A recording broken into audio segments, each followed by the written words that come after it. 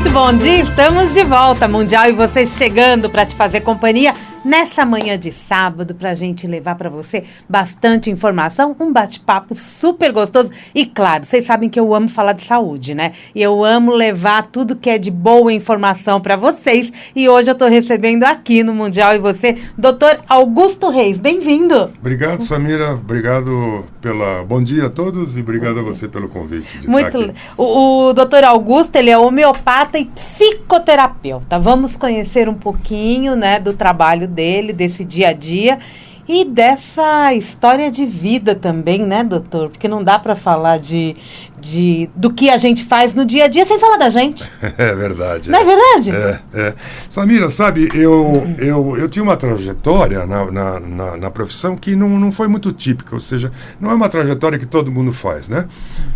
Eu me formei na Santa Casa, aqui em São Paulo, e fiz 4 anos de residência em cirurgia. Então eu era cirurgião. E gostava muito de cirurgia, porque era uma coisa assim que você resolvia a questão na hora, né? Fazia pronto-socorro. Então, aqueles casos assim... Aquela coisa de novo médico, né? Os recém-formados amam, né? Adoram isso. Isso. Então, a gente trabalhava no pronto-socorro, tiros, facadas, aquelas coisas dramáticas, assim. E era bastante recompensador. Eu gostava muito e exercia cirurgia por muitos anos. Mas um dia, sabe, Samira, eu tive uma dor nas costas. A gente passava muito tempo operando, 4, 5, 6 horas, e eu tinha uma dor nas costas. E que não era muito forte, mas também não era muito fraca e me incomodava. Eu sentia aquilo o dia inteiro. E especialmente quando eu operava. E eu fui nos meus professores, excelentes médicos, e que me trataram da melhor maneira possível, e nada, não sarava a dor nas costas. E nessa época eu tinha uma namorada, eu tinha 23, 24 anos, que estava fazendo homeopatia. Eu gostava muito dela, mas eu achava a homeopatia o fim da picada. Eu achava fazer aquilo, né? Mas eu não falava nada porque eu gostava dela, né? E um dia ela falou assim: Augusto, por que você não trata com homeopatia? E eu falei, A dor nas costas. A dor nas costas, porque eu já tinha ido em todo mundo, né? E eu falei, ela falou, trata, eu falei, não acredito nisso. E ela falou, mas você já tentou tudo, então mesmo sem acreditar, olha, eu vou te dar um medicamento aqui. E ela fez uma receita assim, né, acho que nós não estávamos, não foi uma consulta, a gente devia estar num bar, em algum lugar assim. Bom, para resumir a história, Samira, eu tomei aquele remédio e fez, puf, sarou. Passado uma semana, ela falou para mim, escuta, e a tua dor nas costas? Eu falei, acho que não sarou. Você esqueceu dela? Tinha esquecido, Samira, uma coisa que me pegava há mais de um ano, tinha esquecido. Eu falei, não está doendo. Mas eu pensei, mas vai voltar a doer. Bom, não voltou a doer.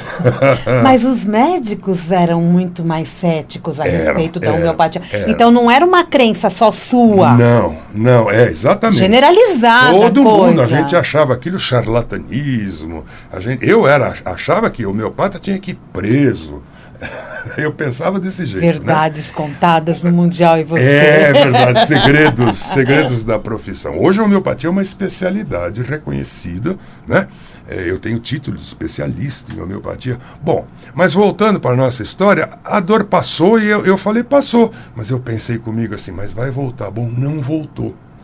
E aí eu acabei me interessando. E você só tomou aquele medicamento? Você não prosseguiu com o medicamento? Não, ela me deu uma dose única, é verdade, ela me deu uma dose única.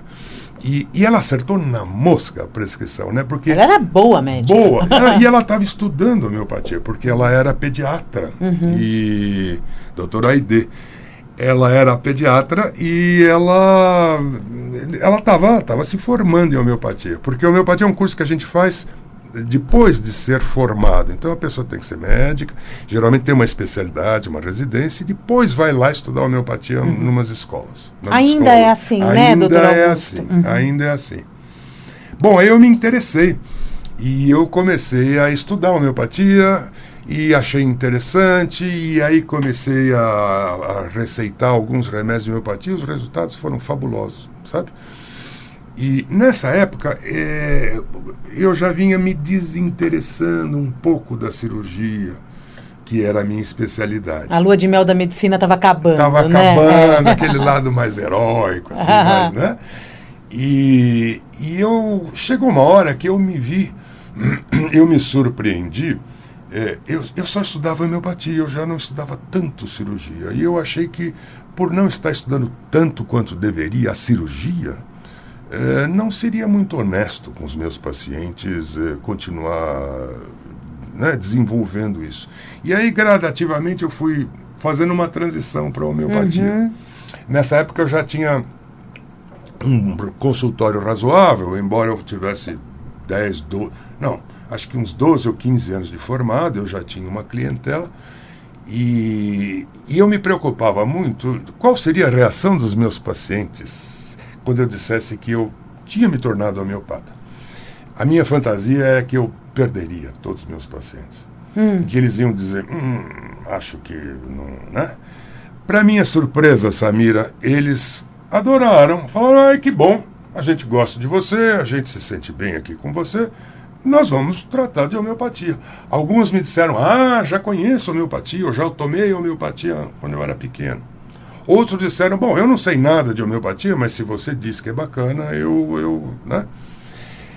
E aí eu fiz a transição para a homeopatia, os pacientes gostaram, os resultados foram bons, e eu acabei me tornando homeopatia. E como que você passou da homeopatia também e uniu com a psicoterapia? Bom, nessa época, Samira, eu devia ter uns 27, 28 anos, e eu comecei a fazer psicoterapia, com uma psicóloga junguiana, Maria Luísa Simões.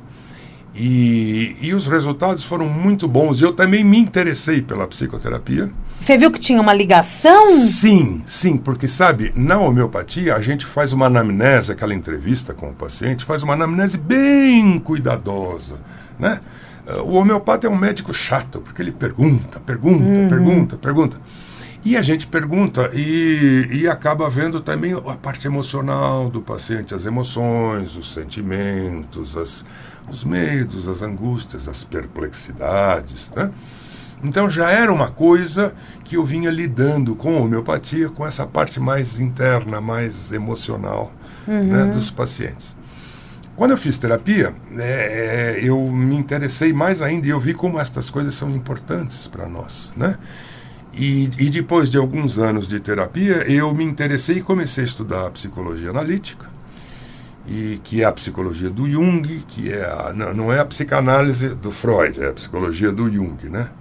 Que leva em conta sonhos, que leva em conta os sentimentos, as fantasias. E acabei me interessando, acabei fazendo a formação e acabei dando aula durante muito tempo. Eu dei aula para psicólogos. E aí depois, ou seja, daquele lado da homeopatia, que a gente buscava mais as emoções do paciente, eu acabei passando para a psicoterapia. E hoje eu atendo os dois pacientes, as consultas médicas, de homeopáticas e de psicoterapia. E uma ajuda a outra. E você sabe, Samira, que entre outras coisas, muitos psicólogos e psicoterapeutas costumam indicar a homeopatia para os seus pacientes. Então, os pacientes que têm ansiedade, depressão, tristeza, tédio, estas coisas, é uma alternativa. Em vez deles encaminharem para um psiquiatra, eu não sou psiquiatra, né? Mas em vez deles encaminharem para um psiquiatra e tomar aqueles remédios fortes, remédios que são remédios delicados, os medicamentos homeopáticos dão muito bom resultado, sabe? Para ansiedade, depressão, insônia, etc. Sabe? Então, uma complementa a outra. Né? E é incrível isso. Mas o que eu entendo exatamente pela palavra homeopatia? Homeopatia, veja, homeopatia significa a cura pelo semelhante. Então, na alopatia, que é a medicina oficial, você dá o diferente. Se você tem uma febre, eu te dou um antitérmico. Se você tem uma depressão, eu te dou um antidepressivo. Se você tem uma acidez, eu te dou o antiácido. A homeopatia é o contrário. A gente sabe que os remédios que são capazes de causar um sintoma no paciente saudável, estes remédios são capazes de curar o mesmo sintoma se você adoecer. Então, por exemplo, se você tem dor de cabeça e dor de estômago, se você está saudável e você ingere uma determinada substância, isso dá dor de cabeça e dor de estômago, se você for ao meu consultório se queixando de uma doença, de uns sintomas de dor de cabeça e dor de estômago, se eu te der aquela mesma substância, em doses muito diluídas, você cura da dor de cabeça e dor de estômago.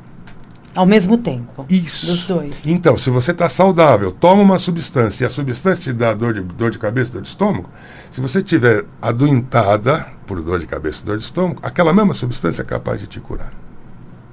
É a cura pelo semelhante, é isso que se entende por homeopatia. Você vê alguns exemplos práticos, é assim, que o semelhante pode curar o semelhante. Por exemplo, radioterapia. Então a gente sabe que irradiação, raio-x, pode causar câncer. No entanto, no paciente que já tem o câncer, uma radiação pode curá-lo. Vacina. A gente sabe que o vírus da gripe causa uma doença. Mas, no entanto, se você faz a vacina com o vírus da gripe atenuado, você pode prevenir a doença. E esses são os semelhantes que eu preciso entender. Isso.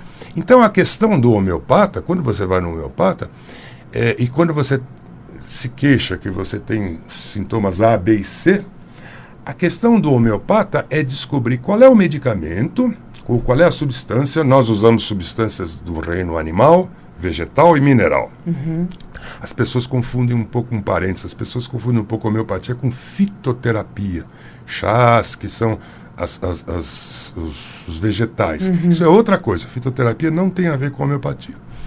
Mas, quando você vai num médico e se queixa de que tem os sintomas A, B e C, a questão do médico, o problema do médico homeopata, é descobrir quais são as substâncias que, quando foram dadas para pessoas saudáveis, causaram os sintomas A, B e C, que você está se queixando para mim.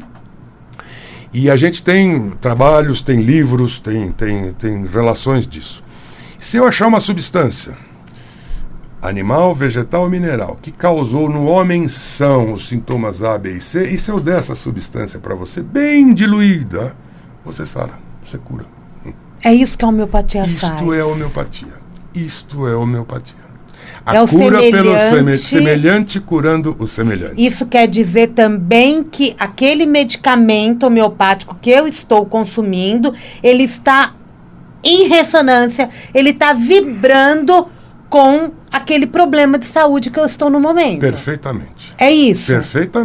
Perfeitamente. Então, se eu tenho, por exemplo, um problema que eu já considero crônico, a dor de cabeça que você disse... Ou a ansiedade, por exemplo. Ansiedade. A partir do momento que eu tomo este medicamento, ele vai amenizando. Isso. E muitas vezes cura. Porque eu vou na causa. Exatamente, você vai na causa.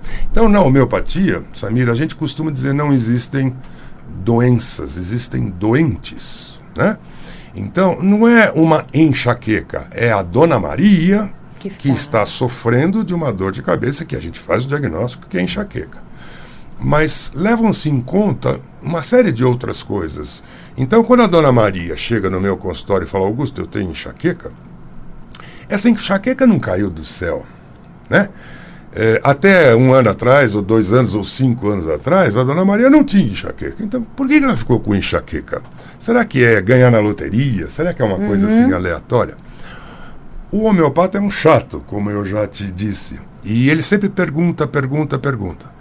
E aí a gente pergunta para a Dona Maria, Dona Maria, o que acontece? Quanto tempo a senhora tem essa enxaqueca? Por exemplo, eu estou usando enxaqueca como exemplo, né? Tão comum. Ela fala, 5 anos, Augusto. E aí vem a pergunta, o que aconteceu de importante na sua vida, Dona Maria, 5 anos atrás? O paciente sempre dá de ombros e fala assim, nada. Mas a gente fica esperando o tapa na testa. O tapa na testa é assim, quando a Dona Maria fala, 5 anos atrás, quando eu comecei a ter enxaqueca, nada. Mas chega uma hora que ela vai falar, Sempre dá um tapa na testa. Lembrei! Agora pensando bem, lembrei que mais ou menos nessa época, Augusto, e aí vem uma história. Uma história que muitas vezes não é nada muito trágico, muito dramático, mas é algo que mexeu com a Dona Maria profundamente. Uma tristeza, um abandono, um medo, um susto, uma morte, um afastamento, uma coisa qualquer. E aí a Dona Maria fala, olha, mais ou menos nessa época, e ela conta uma história.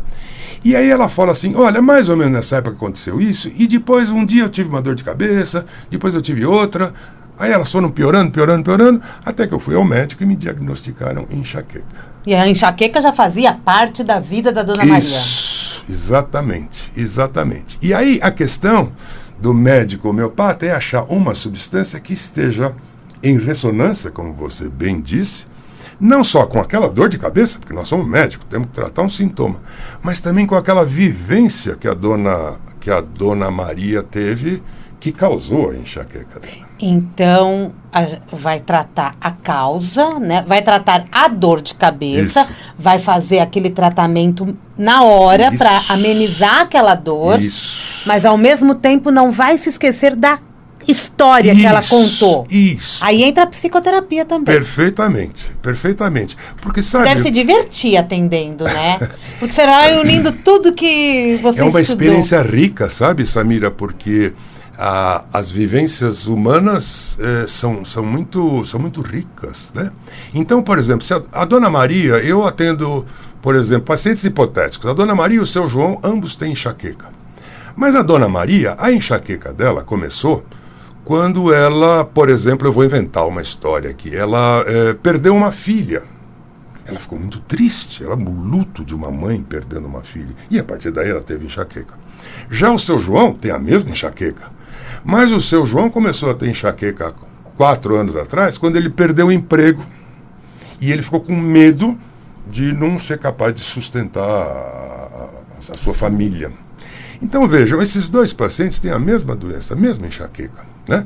Mas a vivência que deu origem a cada uma delas é diferente. Uhum. E o remédio vai ser diferente, porque a Dona Maria adoeceu porque perdeu uma filha, um luto. Você está lidando com traumas. Isso. E o seu João teve enxaqueca porque perdeu o emprego. Ele não sabia se ele podia pagar o aluguel. Então é a mesma doença, mas com vivências diferentes. A vivência humana é diferente. E aí você vai dar remédios homeopáticos diferentes para essas pessoas. Entendeu? O remédio que cura um, não cura o outro. Por isso, pode ter substâncias idênticas. Sim, mas ou então são diferentes. Uhum. Por isso que quando as pessoas chegam para nós e falam assim, você é homeopata, você tem um remédio para enxaqueca? Eu falo, tenho vários, mas eu preciso conversar com você 1 hora, 1h30, para saber qual é o remédio que pode te ajudar na tua enxaqueca.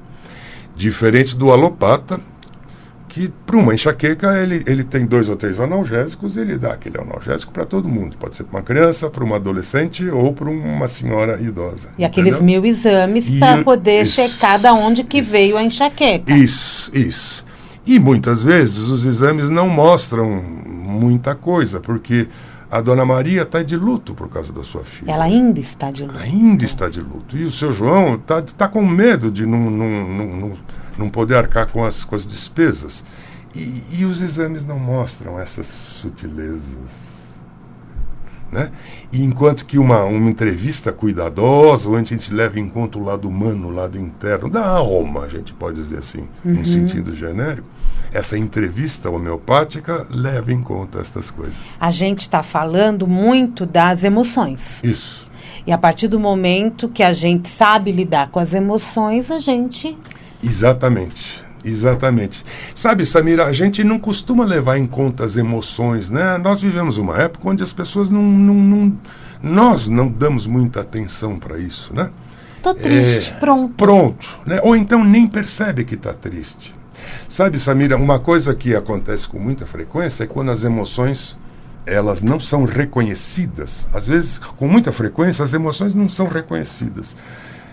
Eu posso estar, por exemplo, com medo agora, ou triste, e sequer perceber que eu estou triste. Pra mim eu tô normal? Isso, nem percebo. Eu vou tocando a vida, falo, vou em frente, atrás vem gente, e a gente vai tocando e eu nem percebo. Fica só uma... Só tô estranho hoje. Isso. Tem uma história que eu conto sempre para os meus pacientes, Samira, que é assim.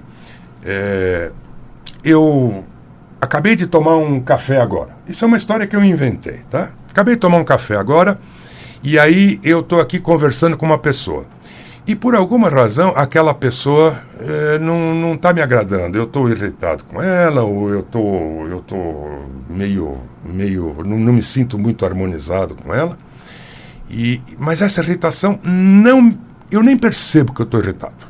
Eu não entro em contato com o sentimento, sabe? E aí, o que eu sinto? Eu sinto só um mal-estar vago, eu não sei se aqui está meio abafado, ou se a cadeira não está boa. Eu sinto alguma coisa assim difusa. Se eu não entrar em contato com a irritação que a pessoa está me causando, eu vou ter uma dor de estômago. E aí a coisa mais fácil de eu dizer, acho que aquele cafezinho não me fez bem. Não foi o café. A gente vai exatamente para o físico, né? Isso. Então a gente costuma dizer, Samira, que é assim, que o corpo expressa as dores que a alma não é capaz de perceber. Então, se eu fico triste com uma determinada coisa e entro em contato com a minha tristeza, eu vou elaborar aquela tristeza e fazer dela alguma coisa, transmutá-la. Mas pode ser que eu nem entre em contato com a minha tristeza, ou então que eu entre só parcialmente com a minha tristeza. E aí eu vou ter, por exemplo, uma enxaqueca.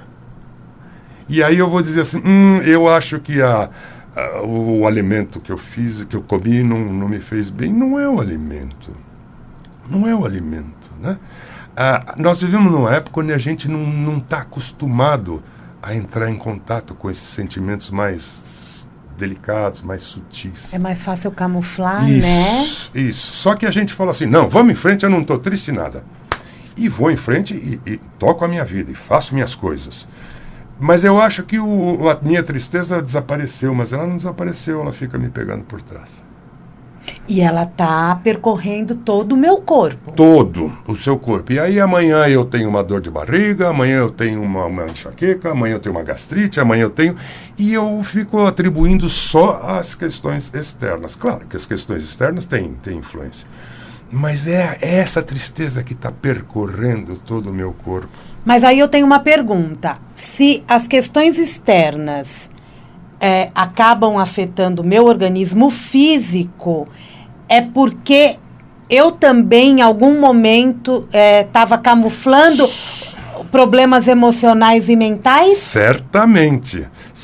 Que ele podia passar batido por mim. Certamente. Então, por exemplo, um café faz mal?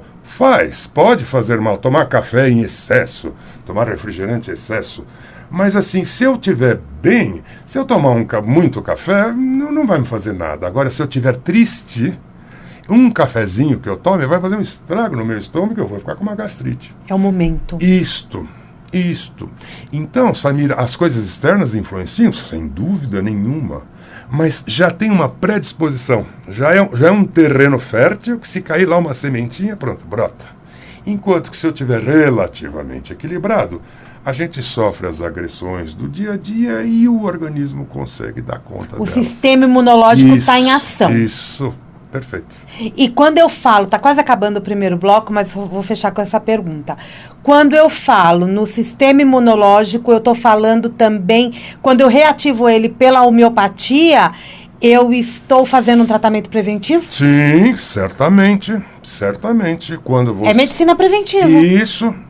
E antigamente era usado nas grandes epidemias de cólera, de outras doenças. As pessoas usavam o remédio homeopático para prevenir o contágio. Ah, que interessante isso. Está na história isso. Está na história, é histórico isso. É histórico. Mesmo dizendo, muitos diziam ou dizem, não sei, que a homeopatia tem um tratamento a longo prazo. Depende do caso, né? Depende. Nós temos remédios para resolver os problemas com imediatamente, né? Uma urgência. Se você vem com uma cólica de rim, eu tenho que te tirar a dor da cólica de rim. Mas quando eu estou tratando dessas tristezas que permeiam o corpo por anos, como você tão bem disse, é óbvio que não é com uma receita, com um remedinho de um dia, uma semana, que a gente vai conseguir isso. A gente vai falar mais sobre isso, porque tem outros assuntos que entram nessa área. Vamos para o intervalo comercial. Eu estou conversando hoje com o Dr. Augusto Reis. Ele é homeopata e psicoterapeuta. Um papo super gostoso aqui no Mundial e Você. Intervalo comercial, daqui a pouquinho a gente volta. Estamos apresentando programa Mundial e Você, com Samira Chaini. Estamos de volta hoje conversando com o Dr. Augusto Reis, homeopata, psicoterapeuta. Atende em São Paulo? Atende em São Paulo, tem aqui consultório pertinho, aqui. Na Frei Caneca, ali entre Paulista, Consolação, Vou pegar Augusta. o contato dele, deixar aqui comigo, tá? Então quem quiser é só pedir pra gente. Obrigado. Né? Vamos respeitar as cláusulas médicas. Isso, né? E éticas. Isso, não é verdade? De discrição, é. Não é? Me diz uma coisa, a gente está aqui falando de homeopatia, de saúde, de medicina preventiva, sistema imunológico, mas tem uma questão que pega 99% da população, eu acho que mundial, que são as doenças crônicas. Tá? Como que a homeopatia trata das doenças crônicas? E uma pergunta que eu sempre faço e que eu fico encafifada. Quando a gente é diagnosticado com uma doença crônica e a gente passa a tomar um remedinho, aquilo tem que ser para sempre? Remédio homeopático, você diz? Qualquer um. Olha, Samira... Porque se eu for num médico alopata, ele vai me dar um remedinho e você, isso aqui é uso contínuo. Aí eu não volto no médico e eu sei que eu vou ter que sempre na farmácia comprar aquele medicamento. E eu tenho certeza que você aí do outro lado faz isso também. É verdade. É verdade. E veja, a homeopatia é uma medicina que dá muito bons resultados, mas obviamente ela não é milagrosa de curar tudo, né? Então, mesmo porque eu me curo, né? Pois é, exatamente. E a gente, os pacientes que vão ao consultório homeopático, a maior parte deles são pacientes crônicos. Então, são esses pacientes que você acabou de referir, que estão tomando medicamentos há muitos anos e que já não estão mais contentes com essa situação e que tiveram a orientação de que vão ter que tomar remédio o resto da vida. São esses pacientes que a gente recebe no consultório. Então, com muita frequência, os remédios homeopáticos substituem com bastante vantagem os remédios alopáticos. Além deles serem muito mais baratos, a homeopatia é um medicamento, um tratamento barato. Eles não têm os efeitos colaterais. Né? Não tem mesmo. Não tem. E com muita frequência a gente recebe pacientes que já estão desanimados e que vêm aumentando as doses dos remédios cada vez mais. E vão aumentando as dores. E vão aumentando as dores e vão aumentando os sintomas colaterais, né? E são esses pacientes que a gente costuma receber. E algumas vezes a gente consegue cura desses pacientes, algumas vezes. E é uma cura, e aí o tratamento é prolongado. Às vezes o paciente tem que tratar durante 1 ano, 2 anos, 3 anos. O paciente aí fala, é a longo prazo. Mas o paciente fala assim, a homeopatia demora, né? Eu falo, quanto tempo você está tratando disso? Ele fala, 10 anos. Eu falo, bom, então se você tiver que tomar remédio homeopático por 2 anos, não é tanto, né? Bom, algumas vezes nós conseguimos, outras vezes não. Ou seja, não é panaceia de curar tudo, resolvemos tudo, né? Mas outras vezes os pacientes dizem, olha, eu não sarei, mas eu melhorei muito. E hoje eu me sinto muito melhor e sem os efeitos colaterais e eu estou muito melhor, eu estou tendo um resultado que não tem. Agora, olha, Samira, tem algumas coisas que são limitações da homeopatia. A homeopatia é uma coisa que tem cerca de 200 anos. A família real britânica tradicionalmente se trata com homeopatia há gerações.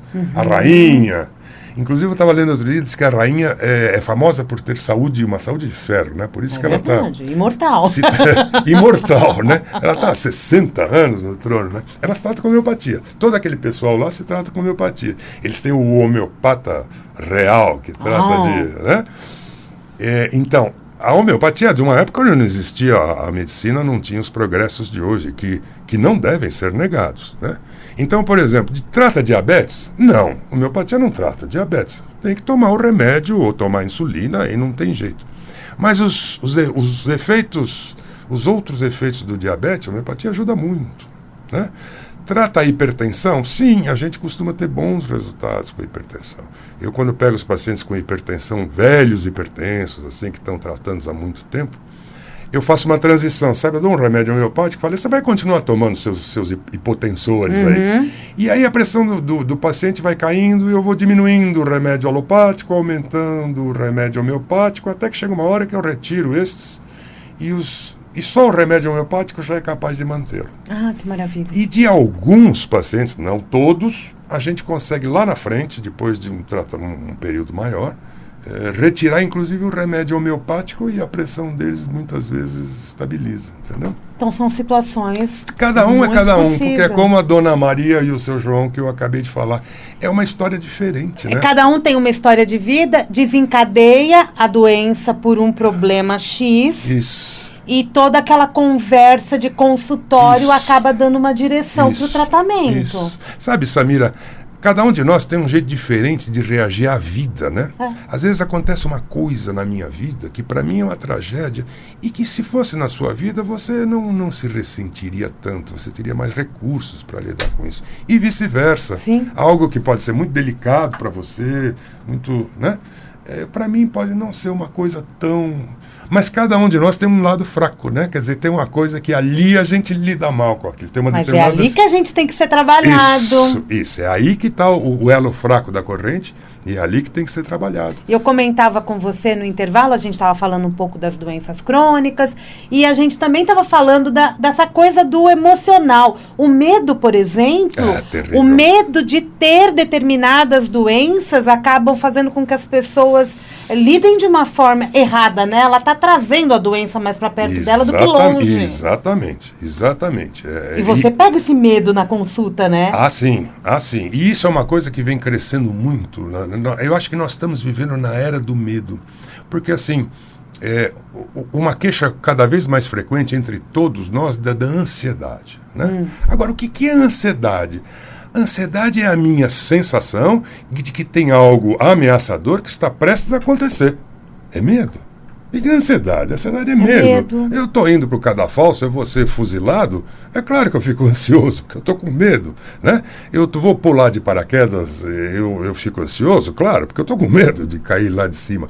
Então, a ansiedade é medo. Então, o medo é uma coisa que preenche toda a nossa vida, de todos nós que vivemos em cidades grandes, no século XXI, essa vida agitada. E esse medo abre as portas, né? Então, quanto mais medo eu sinto, mais suscetível eu fico a estas influências que podem me adoecer. Porque se eu tenho medo, eu não vou de encontro às coisas boas, né? Exatamente. Eu acabo me impedindo. Quando eu estou com medo, é como se eu dissesse assim, eu tenho quase certeza absoluta que vai acontecer o pior. E aí eu abro mão do melhor. Se eu já estou certo que vai acontecer o pior, eu abri mão que acontecesse o melhor.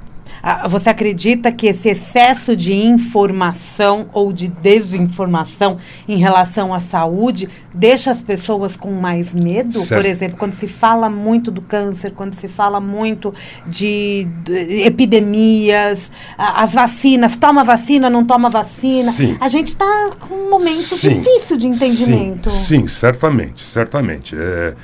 Parece que esses assuntos, que são os assuntos do momento, né? A mídia, as redes sociais, adoram falar disso, né? A gente vê aí os hoax, que é frequente nas redes sociais, essas notícias falsas que falam, olha, uma epidemia. Eu estava vendo, por exemplo, houve um problema de pele nos presidiários de uma penitenciária em Roraima agora. Então, a mídia noticiava aquilo como uma doença desconhecida que devorava as pessoas. Olha o discurso dramático, né, que devorava as pessoas e que poderia nos acometer.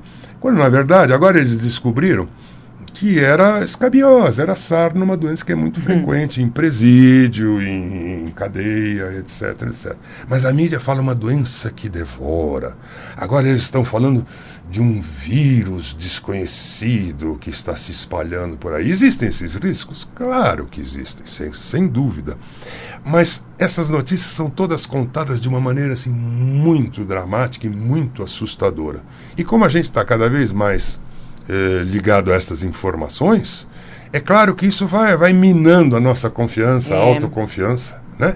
Nos tornando ansiosos, portanto medrosos, e abrindo caminho para que a gente adoeça. Esse medo, o medo do câncer, o medo da violência, o medo do Alzheimer, o medo da cerveja. Muito medo. Ai, que medo de morrer disso. Ai, que medo de passar por aquela rua. Ai, que medo de circular naquela região que tem no hospital, por exemplo. Medo de hospital, é verdade. Né? É verdade. É. Eu tive um paciente, por exemplo, que quando ele começou a ir ao meu consultório, ele disse que ele tinha muito medo de pegar na maçaneta. Ah, mas aí já vai virando um toque, né? Totalmente, né? Ele tinha medo, porque ele falou assim, aqui as pessoas vêm com doenças contagiosas. Eu falo, não, pera, isso aqui não é um hospital de isolamento, é um consultório médico, né? E tem uma higiene aqui, né? Ela falou, mas você sabe, eu tenho medo, inclusive, Augusto, ela era uma senhora, já faz alguns anos. Ela falou assim, inclusive eu estou com muita vontade de ir ao banheiro, mas eu jamais iria ao banheiro no seu consultório, porque aqui as pessoas doentes vão ao banheiro. Então você vê, ela é uma pessoa precavida, mas em excesso, né? É um pouquinho excessivo, né? Aí os cuidados são nossos, isso, né? Os cuidados higiênicos também são nossos. É verdade. Na homeopatia, eu consigo tratar todas as doenças, ou nós temos realmente, assim, nós vamos tratando das mais comuns, ou tem casos que, assim, olha, a homeopatia não chega perto... Veja, a homeopatia, como é de 2 séculos atrás, naquela época não tinha os recursos de hoje. Então, naquela época, por exemplo, uma apendicite era tratada com homeopatia com resultados muito ruins, né? Então, a homeopatia leva em conta todos os progressos da medicina atual. Então, hoje em dia, as pessoas falam, como é que você trata apendicite com homeopatia? Ele fala, cirurgia. Né? Como é que você trata diabetes com homeopatia? Com insulina, né? Ou seja, tem algumas doenças que o tratamento alopático dá resultados muito superiores. E aí o bom homeopata é o primeiro a dizer assim, olha, você vai tratar isso com um médico alopata, com medicamento alopático, medicamento comum, né? Já outras doenças, onde os alopatas às vezes não têm resultados tão satisfatórios, a gente consegue tratar. E com resultados mais positivos. Então, é uma mistura, sabe, Samira? Algumas doenças, a homeopatia, às vezes nem chega perto, como você disse. Né? É óbvio que se eu tenho um paciente com pneumonia, eu posso tratá-lo com homeopatia? Posso. Mas certamente eu daria antibiótico para ele. É o que você está falando. Você vai continuar com o teu medicamento da diabetes, mas você vai dar alguma coisa junto. Isso. E claro, certamente eu vou dar antibiótico. Anda de mãos dadas, então, as medicinas. A gente costuma dizer que o homeopata é um médico que acrescenta ao seu conhecimento científico o conhecimento homeopático. Então, quer dizer, ele acrescenta, ele não exclui. Mas tem situações que na homeopatia são bem eficientes. São. Por exemplo, tratamento de nódulos. Tem alguns pacientes que... Tem algumas coisas que o resultado é brilhante. Por exemplo, crianças que vivem com dor de garganta, vivem com o ouvido inflamado, vivem com resfriado, as bronquite, asma, aquelas crianças que vivem... Criança responde muito bem à homeopatia, sabe? Aquelas crianças que vivem fazendo inalação no pronto-socorro, né? As doenças crônicas, as artrites, por exemplo, os reumatismos. Sabe, Samira, a gente estava falando do lado emocional que afeta as doenças. A gente sabe que, de uma maneira geral, as pessoas que têm doenças reumáticas, reumatismo, artrite, elas têm rigidez da articulação. Sempre quando a gente entrevista elas, a gente acaba encontrando uma rigidez de caráter. Olha que interessante. Elas são rígidas por sentir dor. Isto.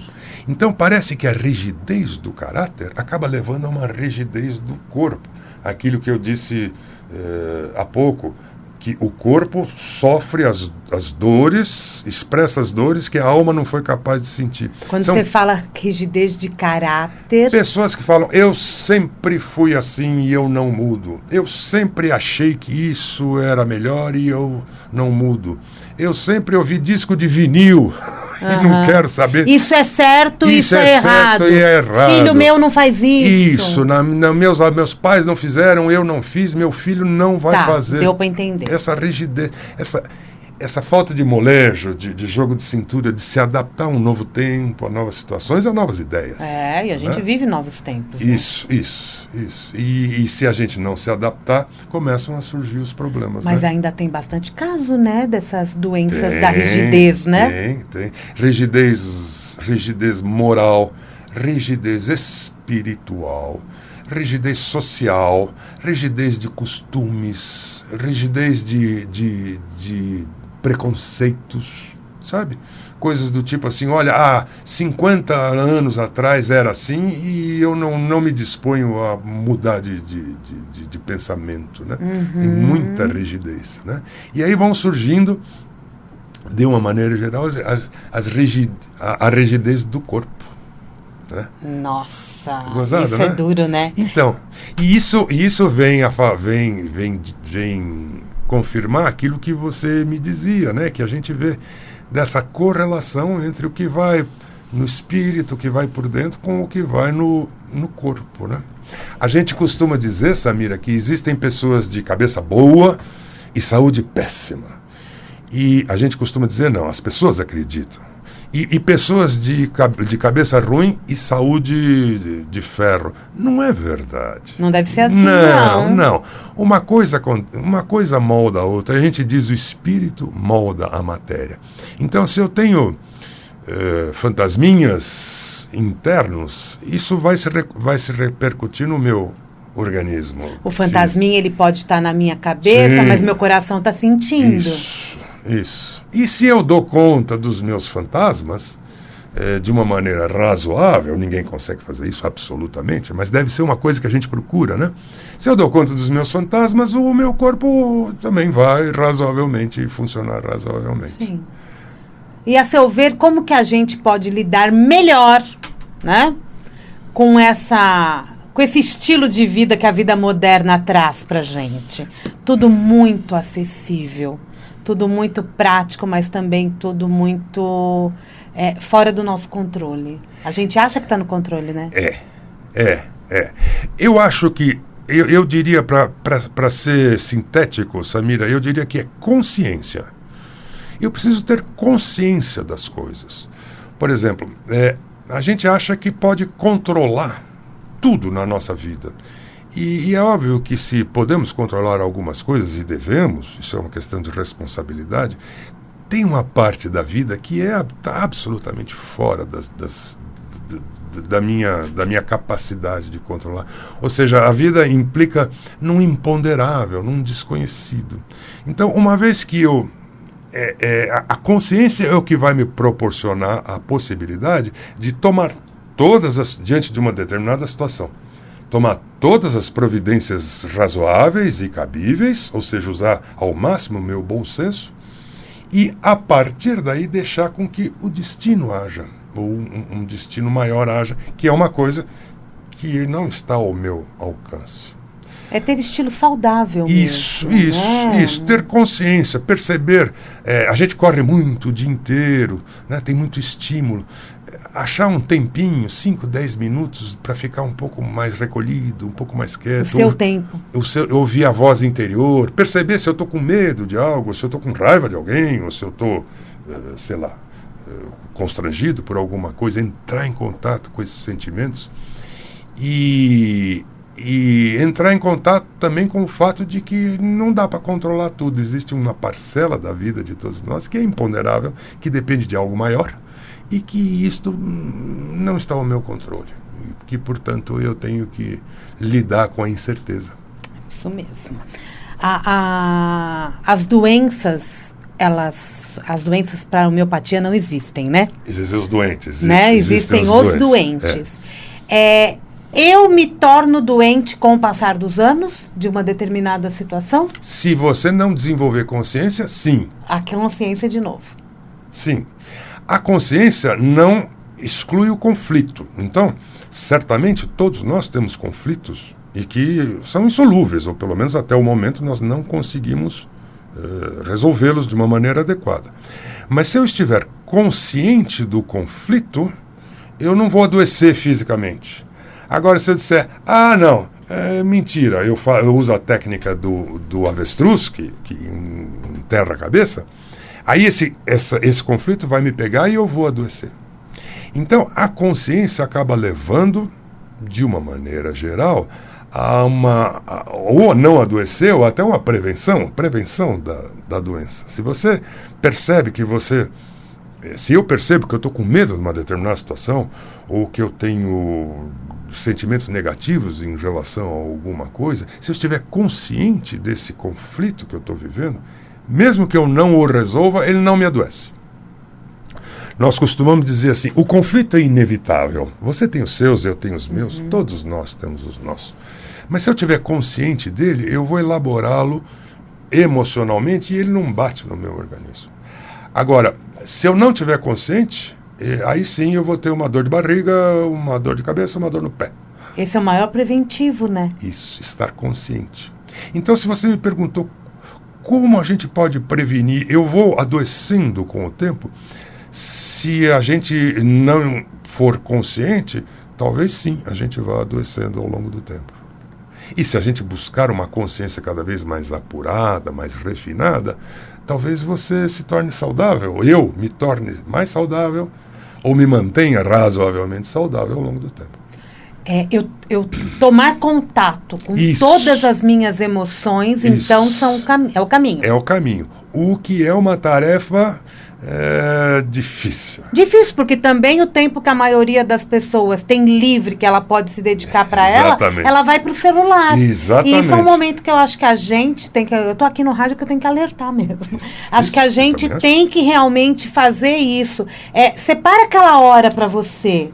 E naquele momento, deixa o celular de lado. Isso, A gente sabe que a gente trabalha com o celular.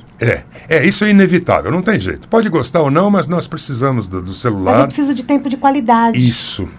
Eu acho que você faz muito bem em alertar isso e frisar isso sempre que possível, porque todas estas coisas acabam nos desviando de nós mesmos, sabe? Acabam nos afastando de nós mesmos. Eu passo o dia inteiro olhando para um computador e depois, quando eu vou para casa, eu fico mexendo horas no meu celular, horas na internet, horas nisso. E embora tudo isso tenha seu valor, isso é inegável, a mídia, o rádio, né? É preciso um tempo, que não precisa ser muito, não, mas um tempo em que eu esteja comigo mesmo e que eu tenha os ouvidos e a atenção e a consciência voltada para dentro. É a sua hora, né? Isso é consciência. Né? Eu acho que um momento para você é um momento para sua família e o resto a gente, né? É verdade. A gente já passa muito tempo no trabalho, não verdade. É, Augusto? É verdade, muito, né? Cada vez mais, né? E às vezes no trânsito, para poder chegar em casa, no transporte. Isso. E aí falta um momento de silêncio, de recolhimento. Eu costumo dizer assim, de intimidade. Intimidade no sentido de dizer assim, de privacidade, de ficar quietinho um pouquinho. 10 minutos, não precisa... Intimidade mesmo com a gente, porque senão eu não passo a me conhecer, não é? Exatamente, intimidade isso que eu tô entendendo. Com a interioridade, com a alma, a gente pode dizer. Alma é uma palavra meio marota, porque pode ter várias explicações, para várias conotações, mas uma intimidade com a alma, assim, no sentido amplo da alma, com a gente mesmo. Né? É uma reflexão, né? Um momento nosso. É verdade. Não deixa de ser uma meditação isso. É verdade, é uma meditação. É uma meditação, é verdade, é uma meditação. É você com você. É. Augusto Reis, homeopata, psicoterapeuta, um papo super gostoso aqui nesta manhã, na Vibe Mundial. Eu quero que você deixe uma mensagem para o nosso ouvinte. Você está nas redes sociais? Não. Não, nadinha, nem no Instagram para as pessoas... Nem Instagram, gente, nem nada. Não tem jeito. Não vai na internet procurar que você não vai achar. Eu reconheço que eu sou jurássico. Não importa. Não importa. Respeitar isso também, né? É verdade. Não é todo mundo que está também? É verdade. Uma mensagem para o nosso ouvinte.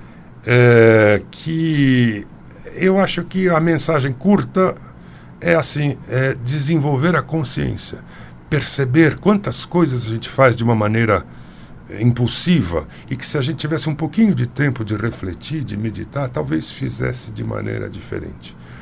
Quanto mais nós desenvolvemos a consciência, mais nós nos preservamos de problemas.